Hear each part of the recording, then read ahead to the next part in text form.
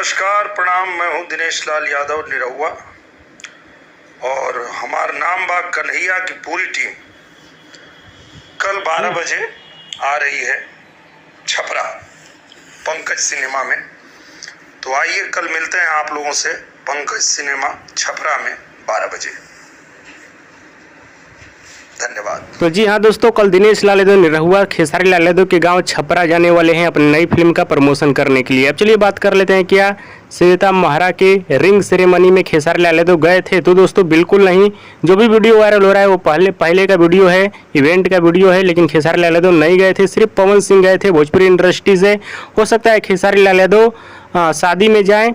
आप सभी को बता दूं, बहुत जल्द श्वेता महारा पवन खेसारी की एक्ट्रेस शादी के बंधन में बंधने वाली हैं। रिंग सेरेमनी हो गया है, बहुत जल्द शादी होने वाला है। इनके पति का नाम है वेद शर्मा और पहले से इनका दोस्त थे और इन्हीं से शादी होने वाला है।